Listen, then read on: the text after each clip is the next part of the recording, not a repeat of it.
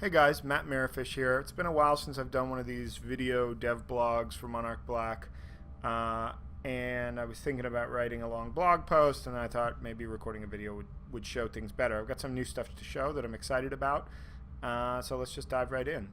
So basically, there's been a bunch of changes to the way that the enemy units behave and also to the way that the levels are generated. One of the big changes that I made is that the scale of the levels is now about 4 times as big, which feels great. And then there's some issues with the sound. I'm going to turn them down for a second.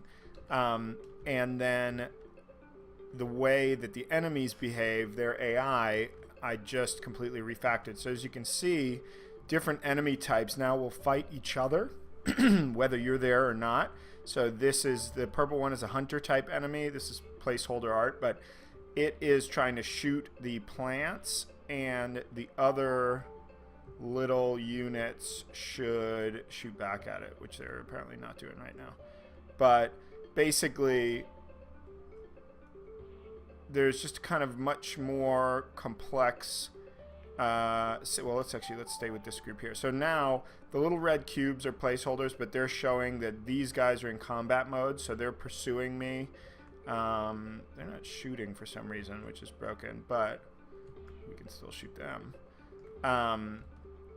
And then I've also added a change where now the water level rises over time. So this is kind of inspired by you can go under, but you take damage underwater. This is kind of inspired by Spelunky's ghost mechanic, so you can't just hang out and wait for things to get better or kind of go really slowly. You have to kind of push forward and deal with things. These guys are all not shooting, which is weird. But yeah, as you can see, the enemies are pursuing. This is all like very rough right now because I've just refactored a ton of stuff. And the enemies can shoot the sphere plants, which releases the pollen grains, and the enemies can also collect the pollen grains. So you're actually kind of competing directly with the enemies for the pollen grains. Let's see if I can demo that. So like if I shoot this plant without killing the enemies around it. So right now, so actually this guy's in, oh, see, I took it. The green shows that he's in pickup mode, so he's trying to pick up a pollen grain in the environment. Here, I'll shoot this thing so that we can. So now you can see they're all, if I get out of the water, they die if they go in the water, but you can see, oh, I took it from him. But yeah, he's chasing after a different one, and once he gets close to it, he'll collect it. So there's a cool dynamic where sometimes the plants get accidentally shot and then all the stuff flies out and everybody scrambles around to try to collect it. I died because I went in the water. Let's start again. And so just having these different states for the enemies where they're pursuing, they're either pursuing the player or they're pursuing objects in the environment, feels really good. And then also having the different enemy types that can fight each other also feels really cool. I just read Derek Yu's book about Spelunky. Spelunky was always a big, these are these hunter enemies that are, or swarmer enemies that are kind of broken right now. You can see they're flying around crazy. All right, I think the shooting is working now. There we go. That's a health pickup. And so the sound effects are cutting out because lots and lots of enemies are dying right now because they're flying into the water. But that'll be fixed soon.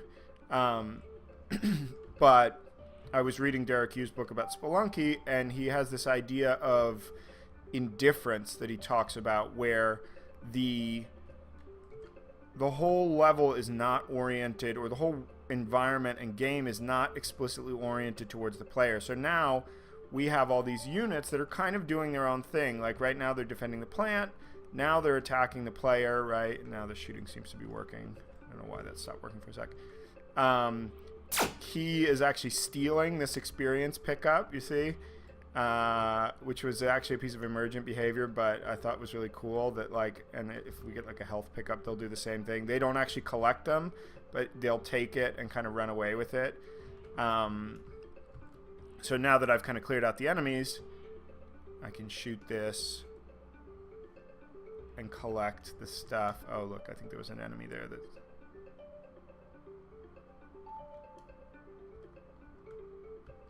If you collide with the level, you take damage. This guy's, he's in collection mode. Let's just let him collect. Let's see what he's chasing after. He'll probably die because, oh yeah, see, he tried to go collect something down in the water, so I need to make a check for that so they don't try to collect things underwater. That's causing a lot of them to die. He's going to do the same thing. Save him from that fate.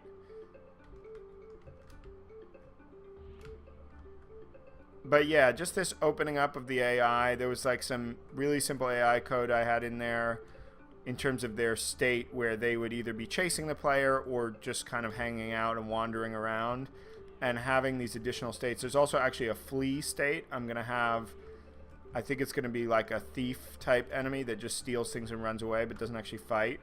And that I think will be interesting. It's coded, but I just haven't implemented it yet. This is now a health plant. I've added, I'm going to take the health power-ups away from dropping from the enemies and put them only in those health plants, so it's like more of a choice for the player to go and seek it out. And I've also, one of the big changes that I've made that I forgot to mention is that if you see this red dot reticle now, I've changed the way that the shooting behavior works. So before, and this reticle is actually needs to be updated, it's going to follow the red dot. But basically, I kind of looked, through playtesting, I was seeing that a lot of my playtesters were struggling with the steering, which was always whatever you were aiming at was both your aim and the direction the butterfly was flying in. So now we can kind of aim within the middle of the screen without making big changes in steering, and it's almost more like a first-person shooter. I mean, not exactly, but it's like, or I guess like a third-person shooter. I was kind of looking at Star Fox 64 for some inspiration, trying to figure out flying, shooting, steering models, and this is kind of what they have. There's a moving reticle, and then you can move the ship as well. So here we can dash around with the arrow keys, or WASD, and then we can also aim, and the aiming, once we get to the edge of the screen, it turns us. Oh, I got shot. But allows us to kind of aim within the frame, and I feel like this is going to be better. I haven't play tested it yet, so we'll see what the players think, but I feel like this is going to be an improvement. And so the plants, if they get underwater, see the water level has risen. Basically now the whole level is almost underwater. So this is kind of pressuring you to get the job done before the level is flooded, which I think is kind of interesting. So all of these changes have made the game like a lot more chaotic, but a lot more lively and interesting, I think. So I'm pretty excited about the changes. Boop, boop, boop, boop, boop. There we go. And that's the goal. Right now we've collected enough. I added this pink square tracker to show you where the gate is once it's spawned, and the red tracker icons, you can't see them right now because there's not enemies nearby, but the red tracker icons show you that they get brighter as enemies get closer, and they'll track up to, I think it's 3 enemies or 5 enemies. There we go. Yeah, we can see. Oops, I'm gonna die. So basically, so that you don't get kind of unfairly shot from behind, and then you fly into the gate. I gotta fix the gate. Spawning underwater is probably a little bit of a problem. And then there's this evolve screen, which right now is not working. But I'm also gonna add unlockable power-ups and stuff, so that each run you can unlock more stuff. So there's kind of a meta progression layer. That was something I debated a lot, but I think I'm gonna do. So anyway, that's what I've been up to. A bunch of changes, kind of a lot of reworking of the fundamentals of the game, but I think it has really improved things, and it's given me some kind of fresh energy. I felt like I was getting stuck in a rut of making small incremental changes, and refactoring a bunch of stuff has kind of given me some fresh juice for the project. So yeah, thanks for watching. Follow me on Twitter at MattMirrorfish. Check out the game at mirrorfishmedia.com. I'm looking to be done by the end of 2016 is my goal at this point.